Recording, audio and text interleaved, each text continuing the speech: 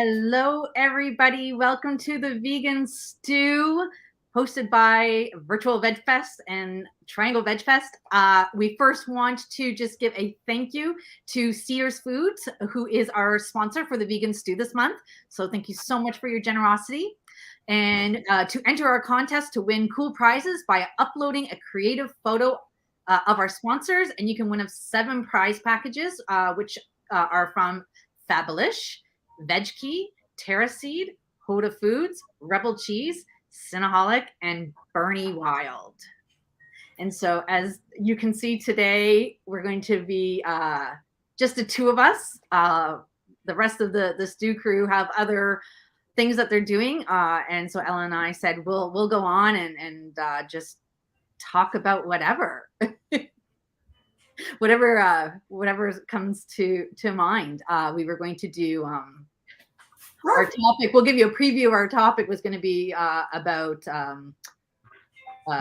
having pets and whether or not that's vegan. We'll be doing that next week. So Ellen, hello. Hi. Thank you for having me on your show. Thank you for being, we're co-hosts. Yeah, exactly. So speaking, cue the dog. Yeah, so there's just so many vegan stories in the news this week. Yes.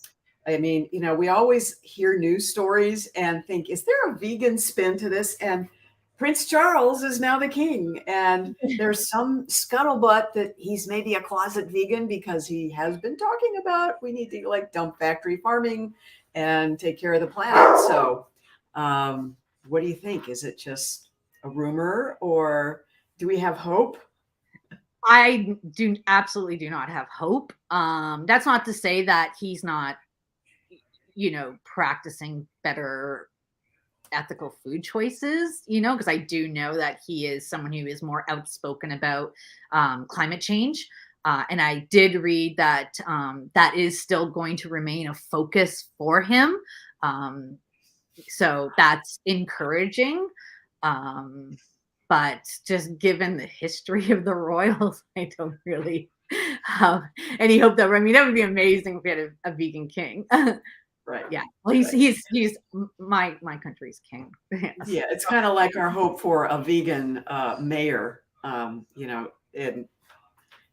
some days it seems to work, but at least we use the news stories to talk about these things, and I think that's really important, and encouraging people in leadership. I know when I was more involved than I am currently with Physicians Committee for Responsible Medicine, they would use any opportunity to send a public official something, a meal, or they were really involved with schools, trying to get them on board, colleges to stop animal testing. So if there's a big news story, it just becomes a way of bringing public attention to it, which I think we got to do. I mean, personally, my daughter lives in London, and she's actually a political cartoonist. And she's been kind of laying low the last couple of weeks. But, and I think we in the US just kind of look at that whole thing as like it's pomp and circumstance, part of their culture. I get it. But do they have real power?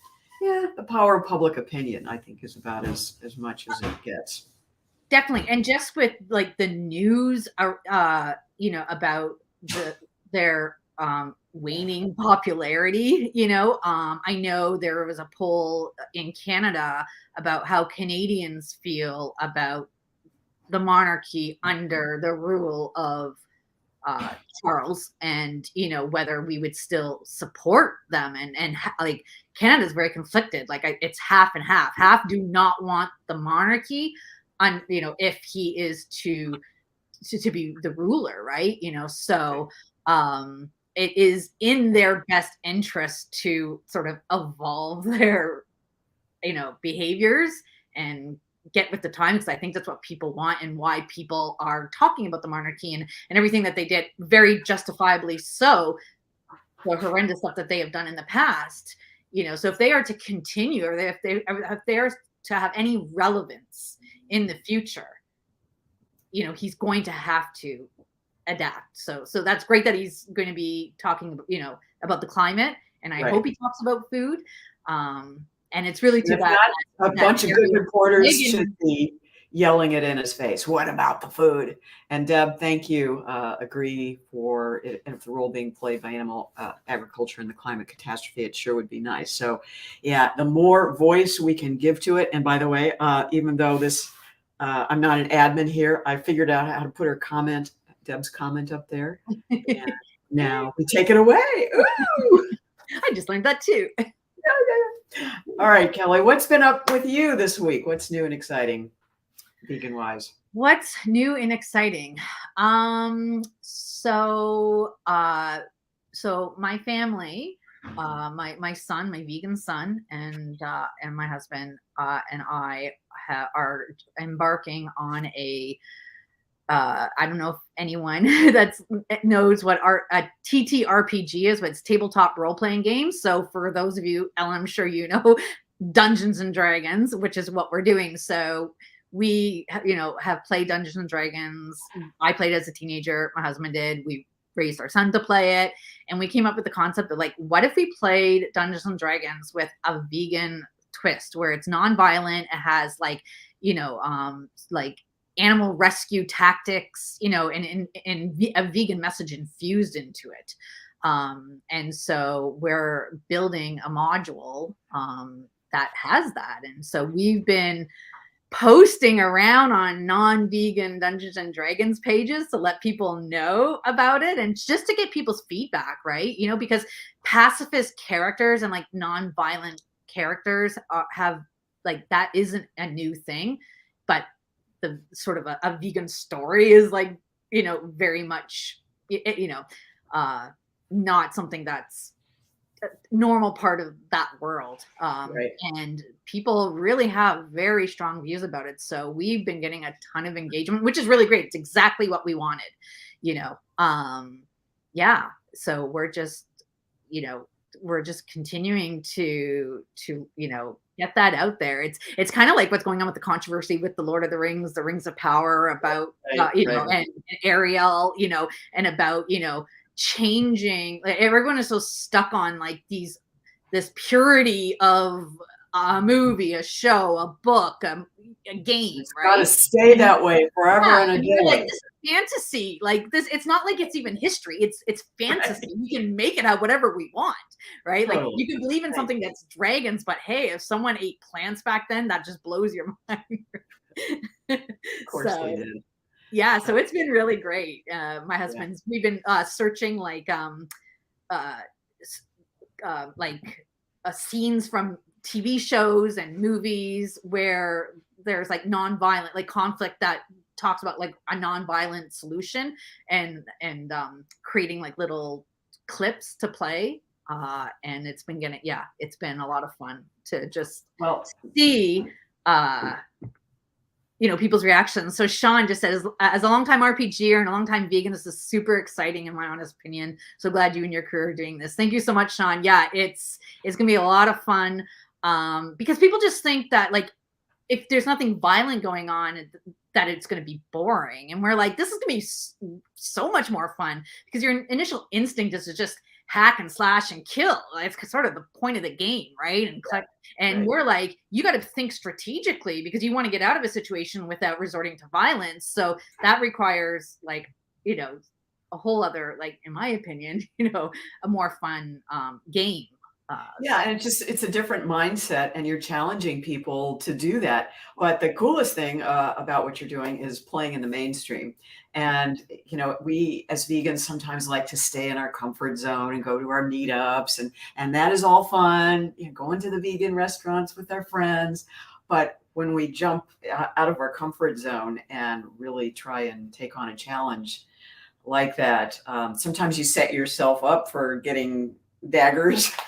Well, we've had vegans who were just happened to be in these groups that just came out of to announce that they were vegan, and they were like, I'm vegan and I think this idea is stupid. I want to hack and slash and kill people, right? So we've even had vegans against us, right? Of course. And, as I like to say, the larger our movement grows, we're going to have just all kinds of diverse opinions out there. And Yeah. it really does sometimes bite us because, we just kind of want to, can we all hold hands and sing Kumbaya?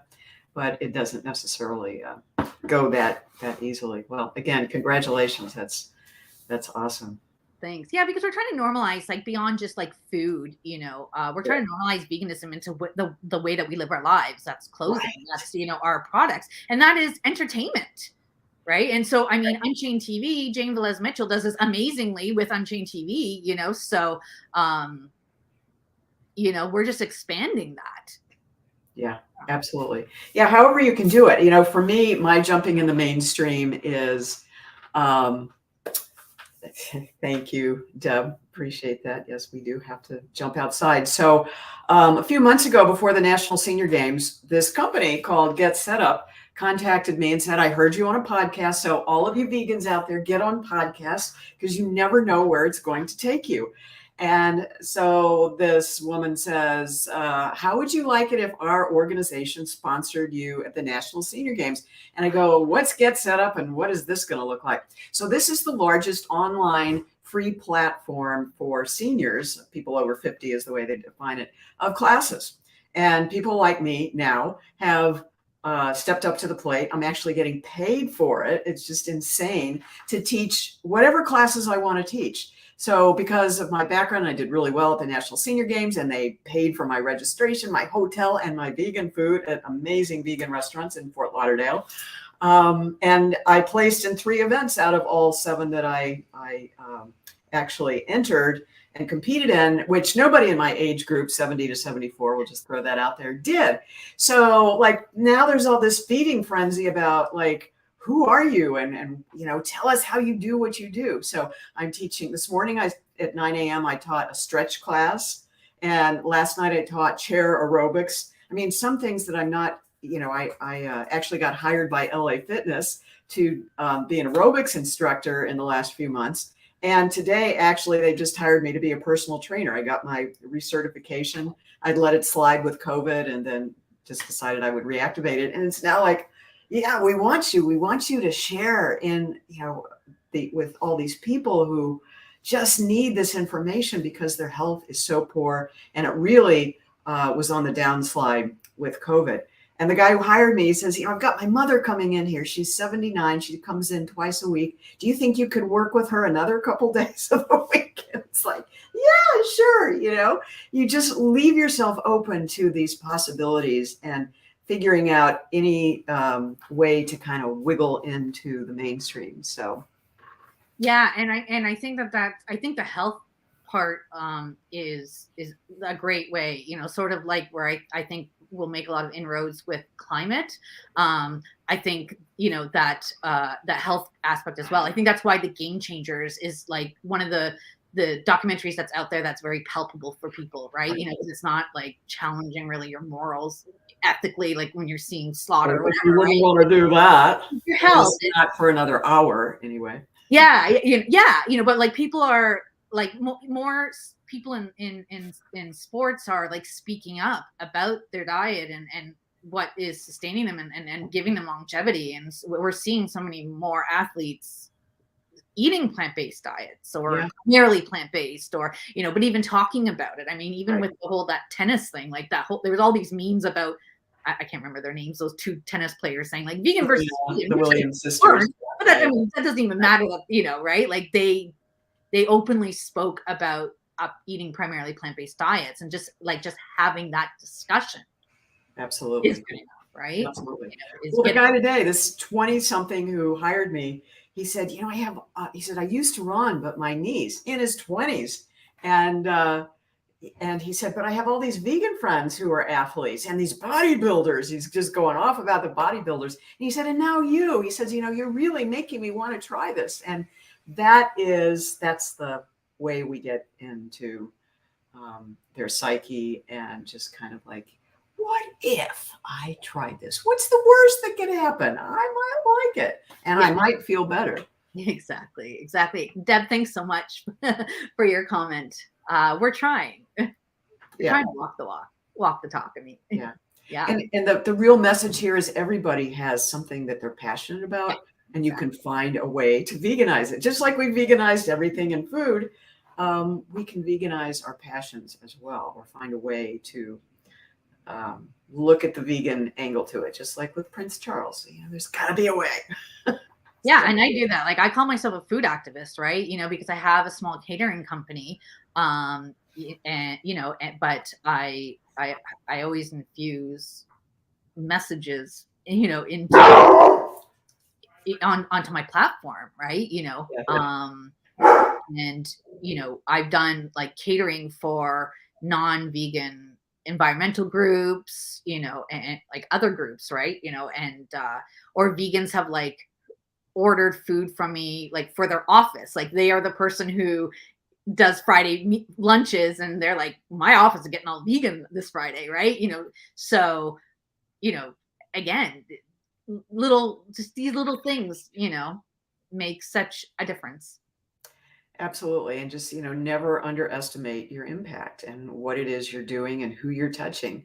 And what is it they say? It takes like 12 touches, 14 touches before somebody considers taking action and doing something. So you may just be one of a lot of messages somebody's getting to inspire them to go down this hole. Yeah. So Ellen, I have a quick question because I know you mentioned that you did a podcast. That's something that we've been thinking of getting into. What do people like to listen to? I mean, I'm sure people like to listen to everything on podcasts, but like, what is sort of like the hot topics right now that we might have inroads into? Right. Well, this is just such a interesting topic. How do you determine hot? I have hired somebody to help me in the past with my YouTube channel. In the process, she's decided to go vegan. So she's almost working for free for me now, mostly working on my Instagram. But, these young kids, and I can say that because I'm a little bit older, they work still on SEO. They try and figure out what's trending. And so sometimes I have TubeBuddy, for example, that I bought for my YouTube channel, and it'll tell me, I can type in a word and I can see how well it's trending. So it's kind of the answer to your question is kind of, it just depends on the spur of the moment, whenever it is you decide to do something. Now, and by the way, my hashtag is running is my activism. And again, that's the way I also play in the mainstream, just at races and stuff like that. And I'm really well known now in Southwest Florida as the vegan runner.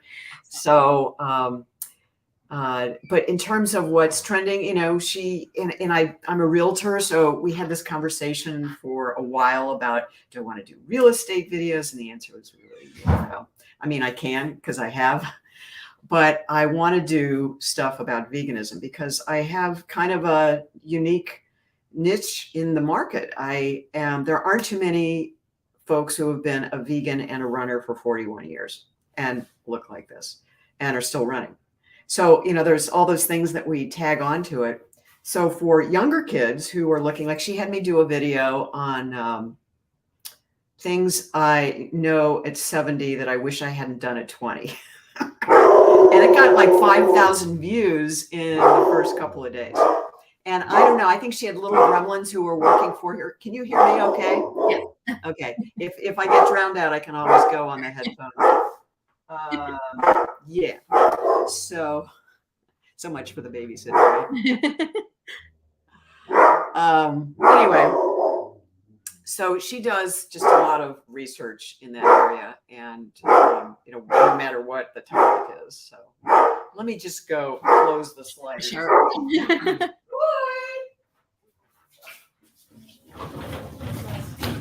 Go find Daddy. So I know that I know like on TikTok, which I have yet to get on because it's very overwhelming for me. But I know that's a great place to talk about veganism, do vegan videos, or just like cooking videos as well. And the things happen so fast, things go viral, and then not viral so quickly. And one of the things that again, maybe this is happening more, but I want to get on board with is veganizing. Like there's always viral recipes, or like something that someone made and it always goes viral. Like, I don't know if you know about that pink sauce that apparently like this person made this pink sauce went viral, right? And I should have just went on and like the next day just veganized it because someone said it only had, people were saying like, oh, it's just this and this and this. I was like, looking at the ingredients going, I can veganize that in 10 minutes. I got all that ingredients in my fridge, right? But you're right. Like you really have to get on this because that younger generation, they have very short attention spans. Things go viral and then the next day it's something else. And if you don't catch it, you're outdated. What was so fun with Get Set Up is they have a whole social media crew. And so they would, and they still are doing this. They'll give me a topic and they'll say, okay, Ellen, we need 60 seconds on how to fix up your home so it'll sell fast. And so I do 7 cuts and they do all the editing, which I don't even have to mess with that, but they've done all the SEO. They link it to a story that is trending really well. And then, the video's up and it's all, when I first started working with them, they were putting it to music and their TikTok songs. I mean, it's like I learned this whole new just generation of social media that I really would never have stepped into had it not been for them. And, older people are on it too. I mean, it really is kind of, we're taking over that too. We got Facebook and Instagram, not so much Instagram, but it's just, in terms of topics for a podcast, getting back to that question, just Googling. And if you Google certain subjects, then there'll be a drop down of similar topics and you can kind of see how many searches there have been. And it's a little cumbersome, but that is a way to try and tap into those things. It's kind of crazy. Like I was at the beach about 4 weeks ago and there was all this commotion and I didn't really, when you're processing things, a news story is happening around you, you don't really quite figure it out sometimes until after the fact. And so, I'm looking at this commotion, I'm thinking, those are whales coming on shore. And I walked up and realized that there were 2 manatees probably mating. And I just grabbed my phone, former TV reporter, and started rolling on it. And it was incredible stuff. I thought it was incredible video. And I posted it and, a number of vegans just really attacked me for getting too close. Now, I was not by far the closest person there. I was zooming in with my camera and, they had come up to us, where it was a dog beach of all things. So maybe they thought the dogs were manatees. I don't know. And then, they just went away. They couldn't have been there more than a minute. And, you would have thought I was like spearheading them or just doing, terrible things to these manatees. And so I thought, posting that it would go viral and everybody would love it. And, you just can't necessarily predict the next viral video, as I learned. Yeah. Yeah. Or just the arguing of itself of videos can help things go viral because everyone has an opinion about everything nowadays. And we're seeing it come out, like I said, with the Lord of the Rings and, and all these other entertainment,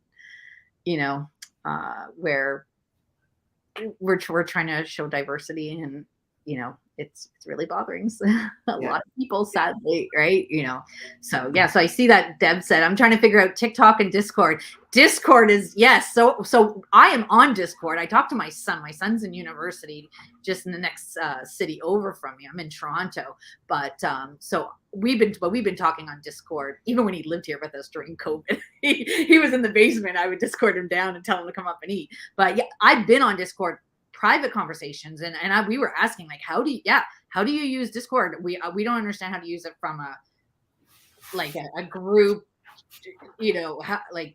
we're always seeing that, like, find us on Discord. And I was like, how do you do that? It kind of seems like a free for all. So but Discord is the place to be. Yes, Discord is the place to be, and definitely TikTok and I'm sure another social media platform will come out soon. Right. Right. It's like, how much time in the day do you have? I don't know if any of you follow, or if you don't, you should, Dr. Greger's website and subscribe to his newsletter. He has almost daily newsletters that link to videos that are 2 to 3 minutes long. Nutritionfacts.org is the website. And he had one this week about that there was a study.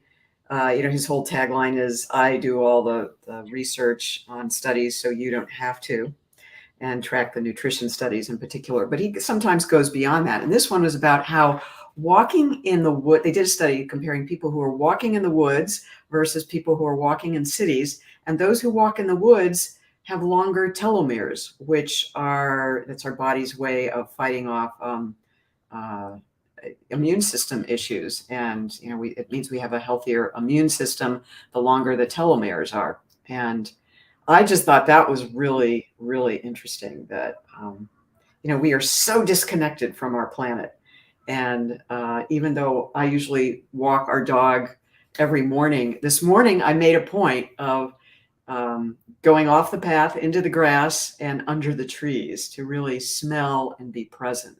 So that's just, one other random thought. But Deb, I love your comment about we have to do more than just be vegan to change the world. Yeah, we got to find a cause. A rebel without a cause. We got to find our cause and bring it out to the mainstream. Absolutely. Definitely. And to your point, and like you were saying, we should definitely be getting out in nature and connecting to our planet. And as we know, everyone's connected to their phones right now, and it's all fast paced. Like, when my daughter comes and visits, like she just sits on and is on her phone the whole time, right? On TikTok, right? So, but the good thing about TikTok, because Nouse, one of our fellow vegan stew crew, they were explaining TikTok because they were like, you have to get on TikTok. And then the good thing about TikTok is it's kind of raw. Like you don't have to have any professional videos. Like you could just, like they said, just turn on your TikTok and start talking. Right. And it's very easy to go viral. So right. Like, that would be my takeaway from this to anybody that's listening. If you've got something you want to talk about, like just do that. And I mean, I'm just trying to get up the courage to do it. And it's only 60 seconds. But so, just turn it on. How much can you mess up in 60 seconds? And you don't even have to talk. You can put up a sign. Yes, that's true. Serena Farb has some really good stuff up. She's Born Vegan on all her platforms. By the way, she's taking off, I should mention this, in a vegan van all over the country. Nice. So you may see her around. She's got funding, I think, from Veg Fund to do this. And, that's her way of just spreading the vegan word, running around with a van and all kinds of leafleting and information that she's got. So, yeah. Yeah. Oh, thank you. I think there's a sub message there about checking out the road that's less traveled. Right.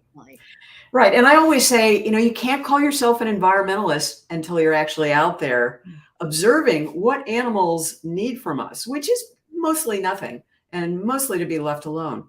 But, when you see them in their natural habitats, we saw a blue jay this morning for the first time. So we know the snowbirds are starting to get ready to come to Florida. But, it's just these signs from nature. We saw a woodpecker, a redheaded woody woodpecker, pileated woodpecker, just tapping away at a tree. And it's like, when you look how they bang their heads against trees, it's like, we got to have trees for them to do that. Yeah. So just, a lot of things that we can do, even just being present, even if we're not saving the world doing something, just being in nature is very healing, especially in our crazy world that we have. And sort of merging, because I know we've been talking about various social media channels, and also getting outside.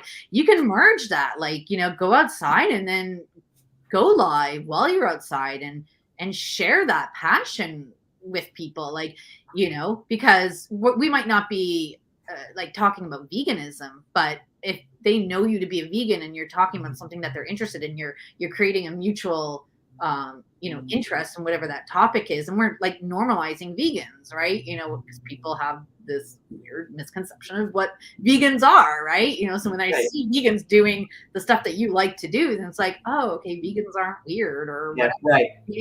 So You know, we our neighborhood is a big dog walking community, and I'm kind of known as the resident runner. This morning, we have a woman down the street who has rescued many greyhounds over the years. She currently has 3 that are with her.